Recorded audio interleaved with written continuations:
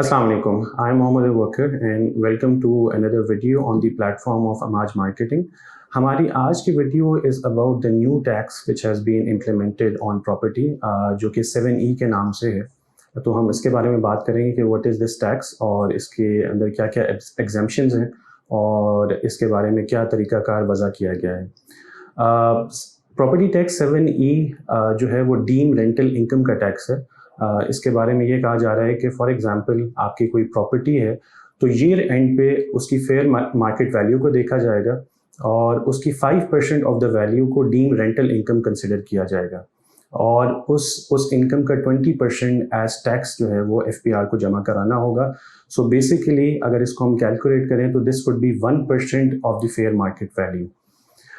ये टैक्स जो है ये रिसेंटली इम्प्लीमेंट हुआ है और अब रिक्वायरमेंट ये है कि कोई भी प्रॉपर्टी जब ट्रांसफ़र होगी तो सेलर से इस बात का प्रूफ मांगा जाएगा कि क्या ये टैक्स उसने पे किया हुआ है या वो किसी भी वजह से इस टैक्स से एग्जेम्प्टेड है, और ये प्रूफ की रिस्पॉन्सिबिलिटी जो है ट्रांसफरिंग अथॉरिटी के ऊपर लगाई गई है। सो फॉर एग्जांपल अगर हम किसी सोसाइटी में ये प्लॉट जाके बंदा ट्रांसफ़र करवाएगा तो ये सोसाइटी की जिम्मेदारी है कि उनको ये प्रूफ जमा करना है कि जो सेलर है उसने ये टैक्स जमा कराया है कि नहीं कराया।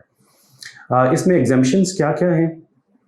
इसमें आपकी एक इमूवेबल प्रॉपर्टी ऐसी है जो कि आप डिक्लेयर कर सकते हैं और उस पर टैक्स जो है वो एप्लीकेबल नहीं होगा। सिमिलरली एग्रीकल्चरल लैंड के ऊपर भी ये टैक्स एप्लीकेबल नहीं है, लेकिन फार्म हाउसेस के ऊपर ये टैक्स एप्लीकेबल है।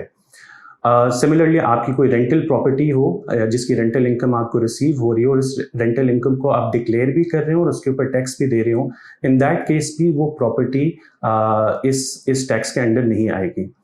और इसी तरह अगर आपके पास मल्टीपल प्रॉपर्टीज़ हैं और उनकी aggregate value is less than 2.5 crore तो उस केस में भी इसके ऊपर टैक्स नहीं होगा। Any amount over and above 2.5 crore उसके ऊपर ये टैक्स एप्लीकेबल होगा। और दूसरी इसमें अगर फॉर एग्जांपल आप किसी भी वजह से इस टैक्स से एग्जेम्प्टेड हैं, सो फॉर एग्जांपल आपकी प्रॉपर्टीज़ के ऊपर स्टे है तो आपको ये टैक्स नहीं देना, उस केस में आपको एक अप्रूवल या एक डॉक्यूमेंट चाहिए होगा from the commissioner inland revenue और वो आपको बिफोर ट्रांसफ़र सबमिट करना होगा। और इस केस में एक चीज़ बहुत ज़रूरी है कि ये जो कमिश्नर इनलैंड रेवेन्यू का डॉक्यूमेंट है या सर्टिफिकेट है ये आपको अपने रेलिवेंट एरिया से लेना होगा। इन केस एक शख्स है जो कि इस्लामाबाद के अंदर प्रॉपर्टी बेच रहा है लेकिन उसका ताल्लुक लाहौर से है, उस केस में उसको जो सर्टिफिकेट लेना है कमिश्नर इनलैंड रेवेन्यू से वो लाहौर के कमिश्नर से लेना है, ना कि इस्लामाबाद से।